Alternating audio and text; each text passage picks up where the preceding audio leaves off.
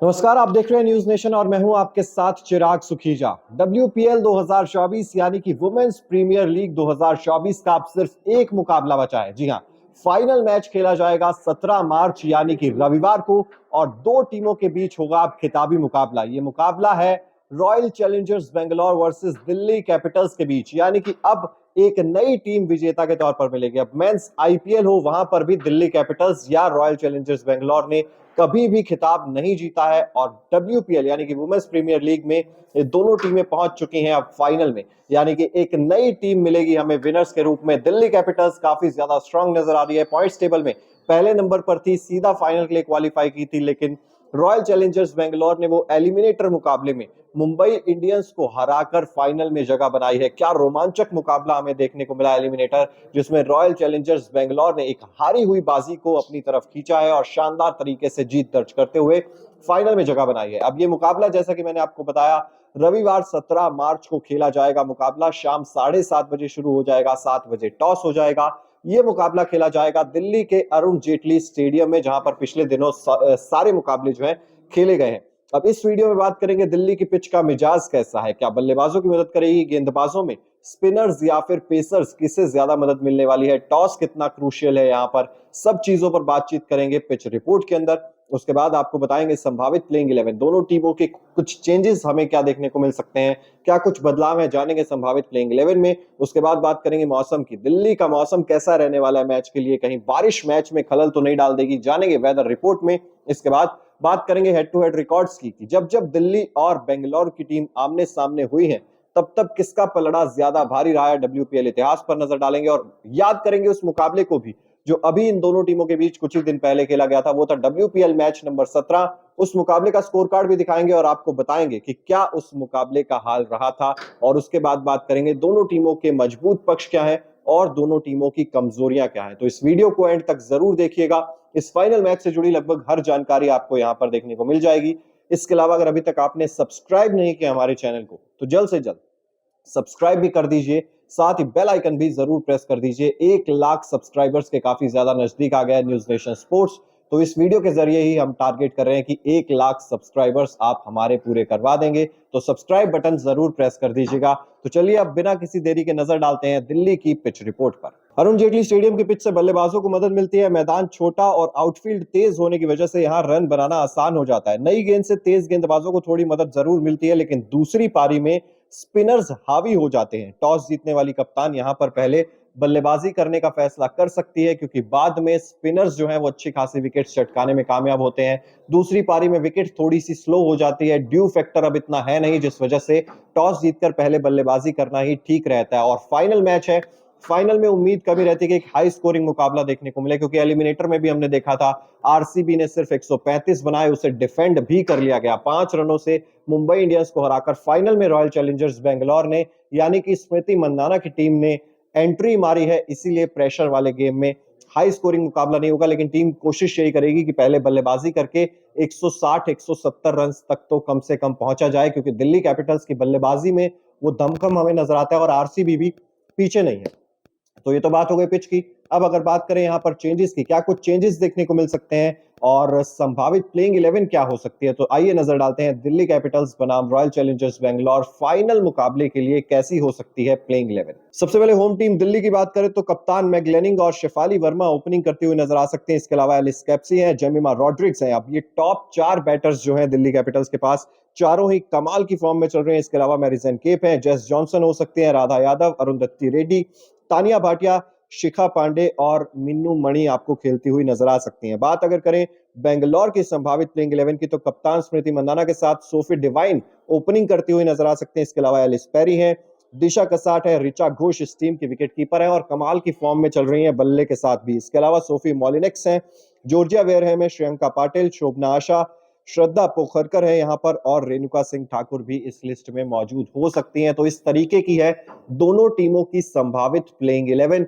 बात अगर करें मौसम की, तो दिल्ली का मौसम साफ रहेगा, बारिश की ज्यादा आशंका है नहीं, यानी कि पूरे 40 ओवर का गेम हमें देखने को मिल सकता है। अगर ओवरकास्ट कंडीशंस होती हैं, जो थोड़े बहुत बादल छाए रह सकते हैं, उस वजह से तेज गेंदबाजों को शुरुआत में सिर्फ नई गेंद से मदद मिलती हुई नजर आ सकती है। लेकिन एक बार फिर से मैं कहूंगा कि स्पिन टू विन का ये मुकाबला हो सकता है, क्योंकि स्पिनर्स दिल्ली के मैदान पर हावी होते हुए हमें नजर आए हैं। अब मौसम का हाल भी हमने आपको बताया। बात करें अगर हेड टू हेड रिकॉर्ड्स की, तो दिल्ली कैपिटल्स और रॉयल चैलेंजर्स बेंगलोर की टीम के बीच WPL के इतिहास में अब तक कुल 4 मैचेस हुए हैं और चारों के चारों मैचेस दिल्ली कैपिटल्स ने ही जीते हैं। 2 मुकाबले हुए थे, वो पिछले सीजन हुए थे यानी कि WPL 2023 में।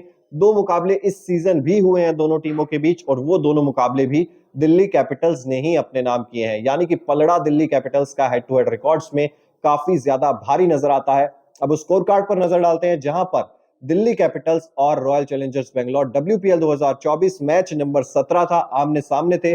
स्कोर कार्ड इस वक्त आप अपनी स्क्रीन पर देख भी रहे होंगे। यहां पर रॉयल चैलेंजर्स बेंगलोर ने टॉस जीतकर पहले गेंदबाजी करने का फैसला किया था।